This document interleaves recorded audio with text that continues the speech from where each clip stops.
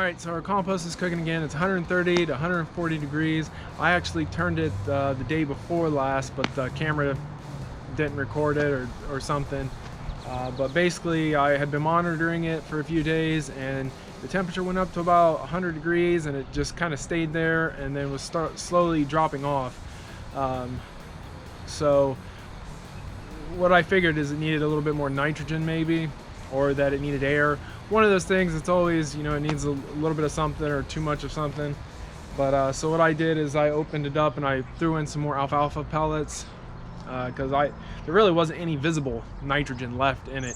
All the food scraps that I had added, the stuff from the compost tumblers, all that stuff had broken down already. So I threw in some more alfalfa pellets, and it's doing good now.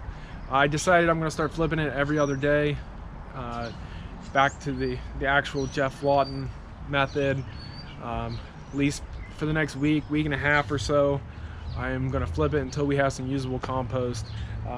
So far so good. It looks like it's really cooking now, so that's where we are with the compost. Yeah.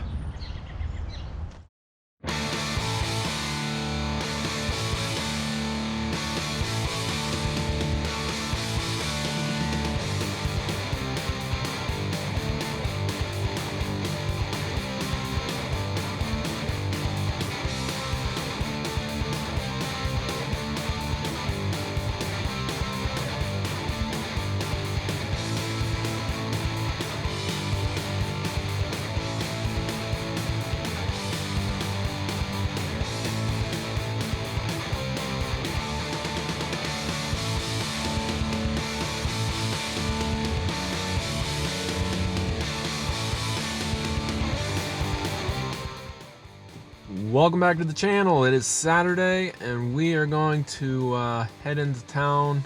Probably gonna go to Menards this time and pick up some supplies to make some more raised garden beds, soil, some Mel's mix, and I need to grab a couple pieces of cedar to finish off the bed that I was building last week.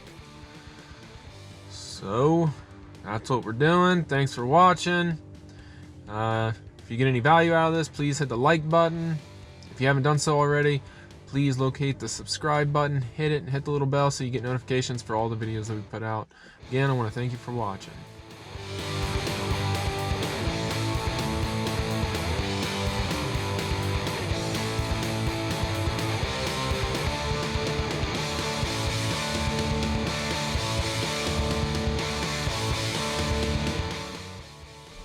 Alright, so we got everything picked up. I got a few pieces of rough sawn cedar to finish the garden bed in the front.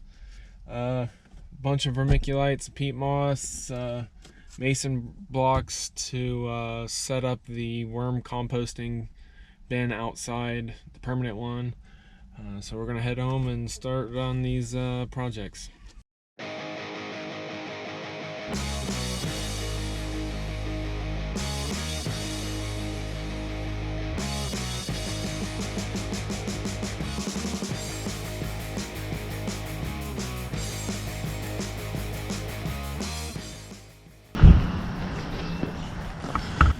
Alright, so I think I am gonna put the vermicomposting bin back here in this corner. I wanted to get some rain, but not too much rain. Maybe I'll put it right here up against the house. So, yeah, I think we might put the vermicomposting bin right here.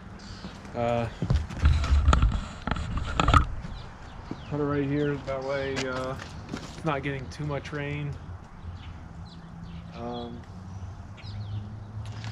temperatures are dropping well below 40 still at nighttime, so that's the only reason I haven't finished or fully set up the bin outside like I wanted to. But I had to pick up some more bricks today to put it back together because I borrowed some bricks to put the rain barrel out there. So I think we're going to put it right here. Nothing can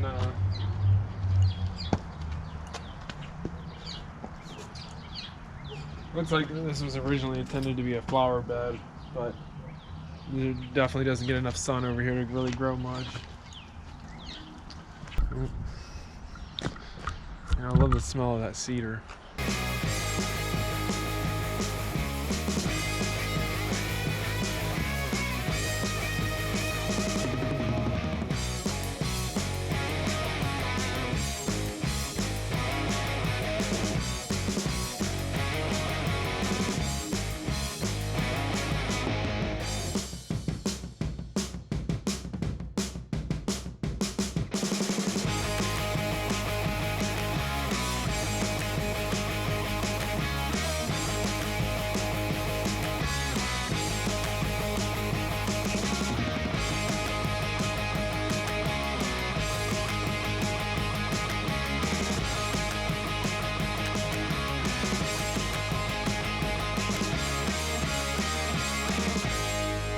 Alright, so this is going to be our permanent vermicomposting bin for the summer, or the season. Ideally it would be better if it was out a little bit, but this is pretty much all the room I have. It takes quite a bit of force to pull it down, so I think it's pretty stable there. I have the bucket that pulls out for the liquid worm castings. And then I'm just going to throw a shade cloth over top of it, but until I actually put the worms in there, I'll probably go ahead and put a tarp over it just for the time being. Alright, so we got everything set up. I'm going to be mixing up some more Mel's mix today.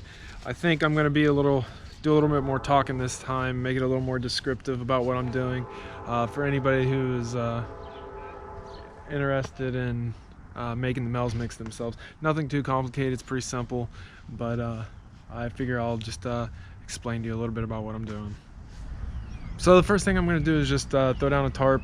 That way it's not getting mixed down into my yard soil, and I will save as much of it as possible.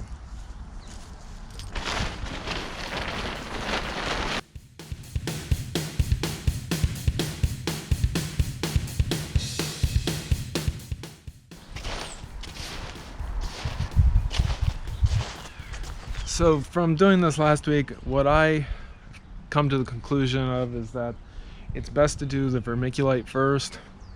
You put the vermiculite down, wet it, slowly start adding in some peat moss, mixing it up, and add in the compost last. We kind of did it in different order each time I did it last time, just to see what works best. And if you put down the compost first, there's a good chance that a lot of it's going to be at the bottom, not mixed in, and it's really important that that gets mixed in with everything else. So vermiculite, wet it down, slowly mix in the peat moss, and then start adding in the compost. So I'm doing the bales of peat moss I have are 3 cubic feet, so I'm just going to do 3 cubic feet of each one, and yeah.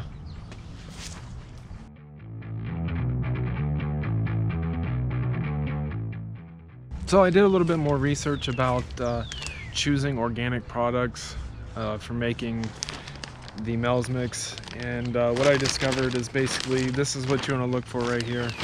I don't know if you'll be able to see it on this or not, but it says OMRI listed for organic use. That's the indicator that what you're using is for organic gardening, and everything that I'm using is OMRI listed.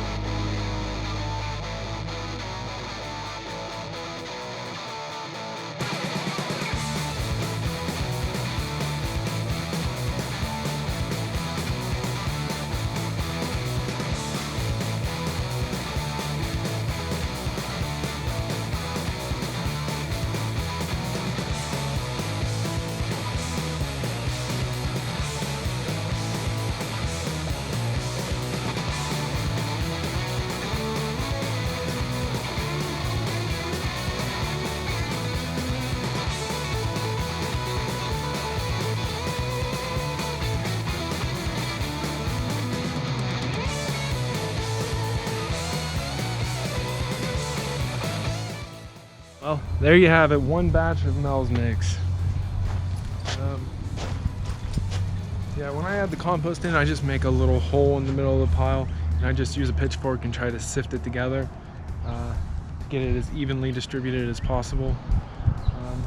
Part of the reason I'm doing it kind of early is that I had read somewhere that you set your beds up earlier, it allows them more time to sort of, the elements of it sort of blend together and settle and be more ready for planting in the spring. But I don't even know if that's true or not, but I just done it. It's a lot of work and I got to get it done relatively quickly. So all right, there you have it. And then the person that I call my grandma is gonna let her sit there and say that shit. Hell no, I'm not letting that shit slide by. There goes the crackhead walking down the sidewalk. You.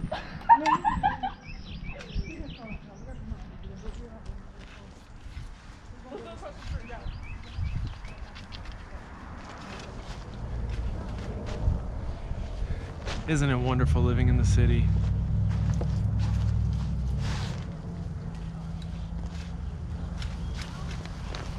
So I had to let my GoPro charge for a little bit. This is my second batch of Mel's mix for the day. First one filled up a whole bed and a half, so 3 half drums. So I'm nearly done with this now.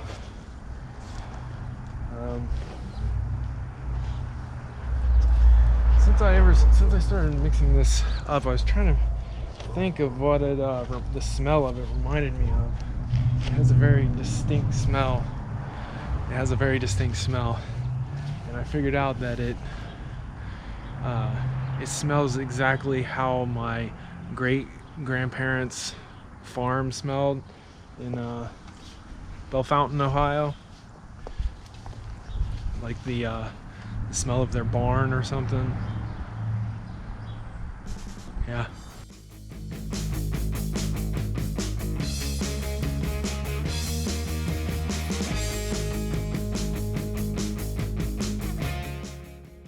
So when you're mixing the compost in here, what I've been trying to do is just trying to mix it up until I can't see any chunks of the compost. It sticks out and it clumps together, so I basically just keep mixing it until you pretty much can't see the compost in there anymore.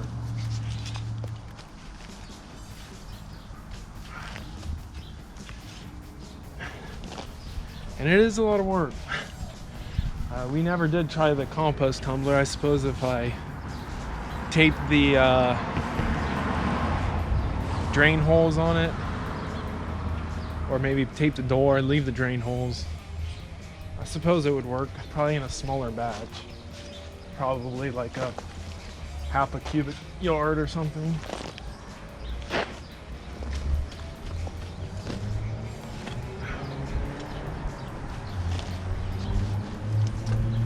So I just need to add one more bag to this, mix that up, and then this will be ready to load into the beds.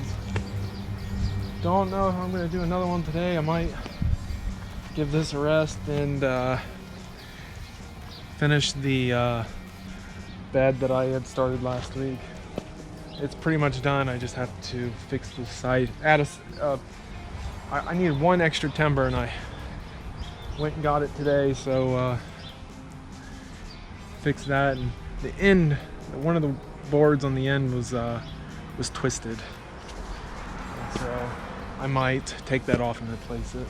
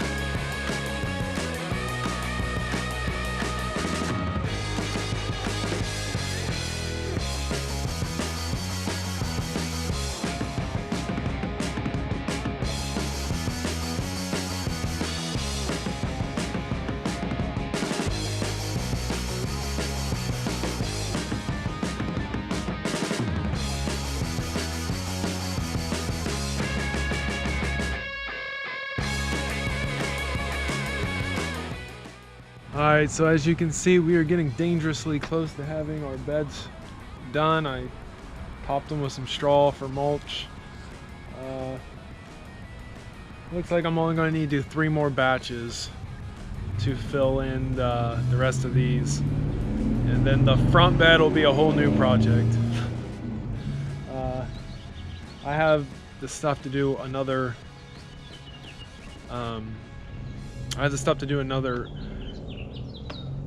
bed and a half tomorrow, but then I'm gonna have to go get some more vermiculite to finish it. But we were getting close, and I'm happy that we've gotten this much done. Yep, and then we just got to fill the front bed, and then Operation Soil will be complete. All right, so I went to Menards and I picked up some of these rough sawn cedar 2x4s to match what I already have on there. And of course, since lumber is outrageously expensive right now, they were expensive. But I'll survive. They weren't that expensive, but so what we need to do is fix this right here. This is what I was talking about. Yeah, I didn't have enough to completely finish it here. As you can see, we got to put a couple of our stakes down in here, and then cut this to size, cut one of those to size, and fix it in there. That would complete the structure. But then down here, that's why I bought an extra one, is so this board was twisted, and I just kind of put it on there anyways. It's functional, but yeah, there was no way to straighten it out, so yeah, I might change that out. I don't know if I'm going to do it today or not. And then also, if you look here, it kind of bends out at the end. To fix that, I would have to take this whole piece off here, trim the end here so I can push it in a little bit. Don't know if I'm going to bother with that or not. I think that you know, it's not too bad off the way it is. Compost is definitely cooking at a very fast rate. I don't know if you recall from earlier in the video, but this thing must have dropped 10 inches overnight. I mean, a little bit of that's just gravity, but it's definitely kind of like caved in the middle. It's cooking. So I'll turn it again tomorrow.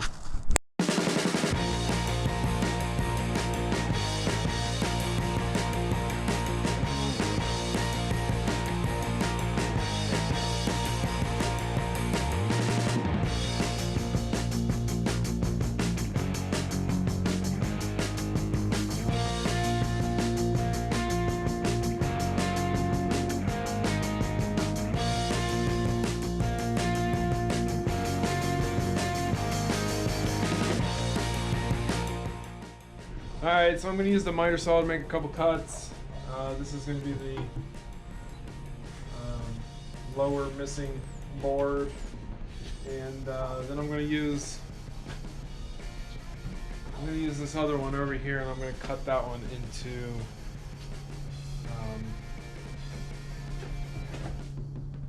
stakes, I guess, spikes.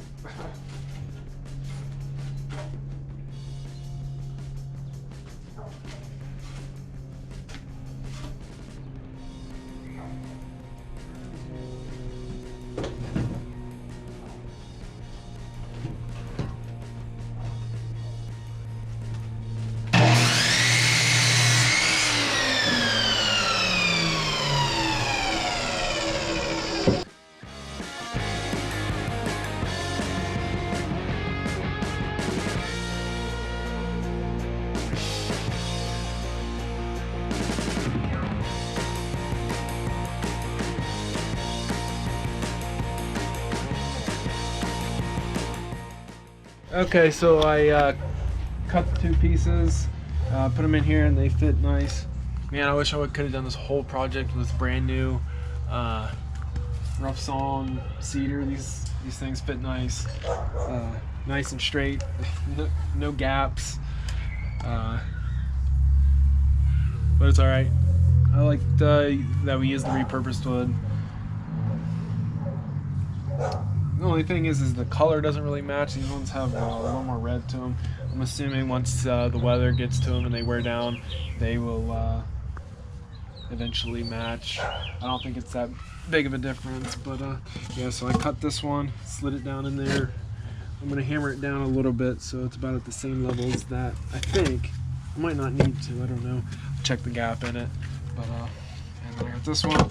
So what I did is I just cut some more of these spikes here. These are just 18-inch spikes. I'm just going to take 2 on there, and then I made this other one just a little bit longer because I'm coming back next to this step here, and I wanted a little bit of room. Probably could have done it the same. I don't think it matters, but it would just would have ended up as scrap anyway. So that's what we're doing. We're gonna throw this thing together real quick.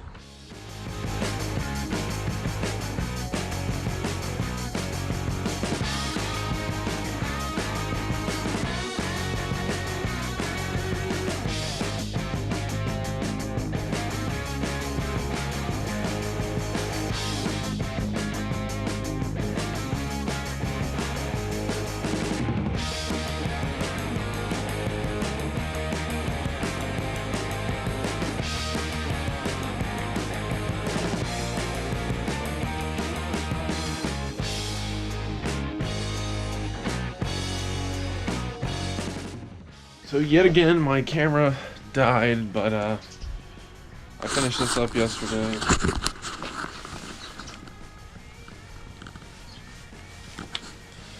Finished it up, and I filled it in with some soil from one of the beds over there that don't get very much sunlight. So this is finished. This has already got bulbs coming up for the year, and so I don't know if I'm going to dig these up and plant vegetables here or just let the flowers grow. For now, I'm just going to let them go.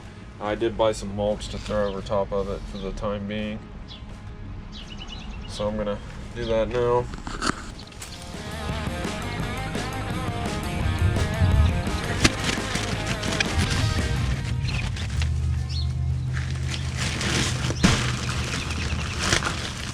I wanted to get pine mulch, but I couldn't find it. I guess I didn't really try very hard. I just I looked online, and then I ended up going to Rural King. So I could have driven around, probably found it somewhere, but this cypress mulch should do alright. I just wanted something that would smell halfway decent. I don't know a lot about mulch, but this one is supposed to smell okay when it rains and stuff. So growing up, the mulch that they used at our elementary school smelled terrible.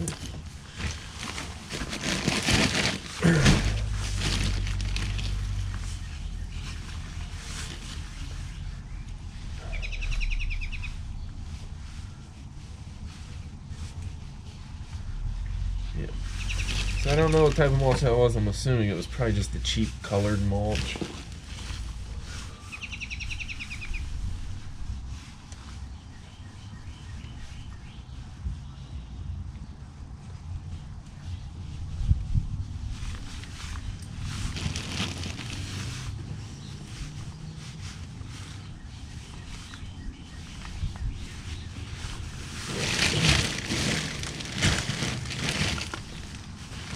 There is another flower in here somewhere that I buried a little bit.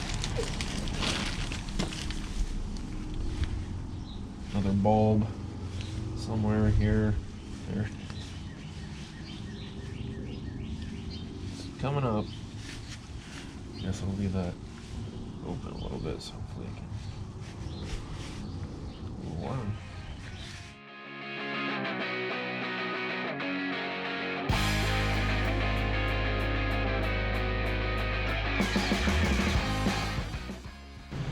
Alright, so I'm doing every other day on the compost now.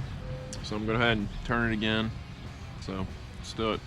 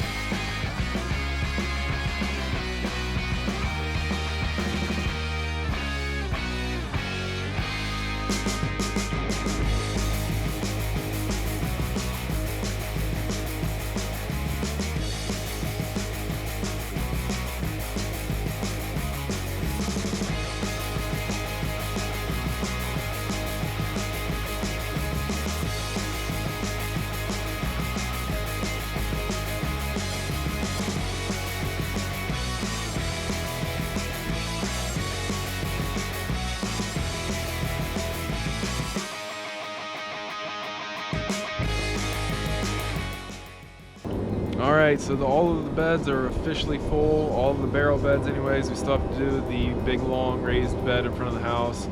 That will be a project for next weekend probably.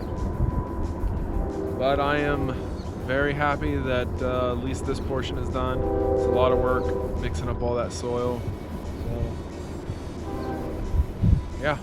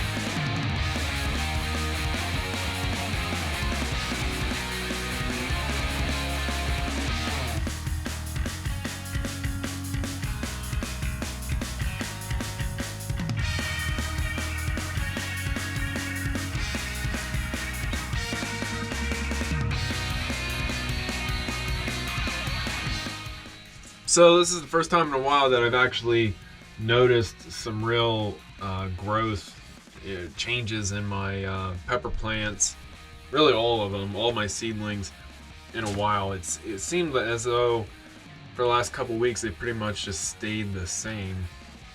But about a week or 2 weeks ago or so, maybe a week, I switched over the water that I was watering them with. I've added this in. A friend sent this to me, liquid dirt. So I've been mixing that in with their water, as well as some of this worm castings, and they look like they're back on track finally. I repotted them and everything, and I think that all really helped. Repotting them and using the fertilizer and stuff, and I think they're doing pretty good. Check it out.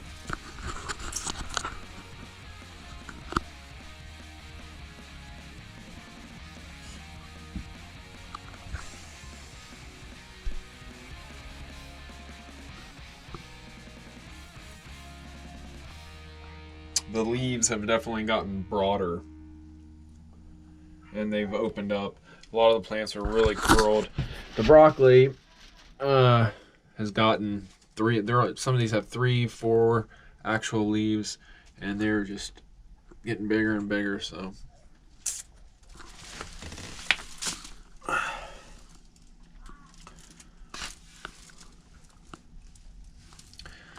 the broccoli all lost its cotyledon leaves all around the same time, except for I got this one plant in here somewhere that just doesn't want to let go of its cotyledon leaves. They're still green. I don't know where it is right now, but it's right here. Yeah, this still has 2 green cotyledon leaves, and it's working on its 3rd actual leaf.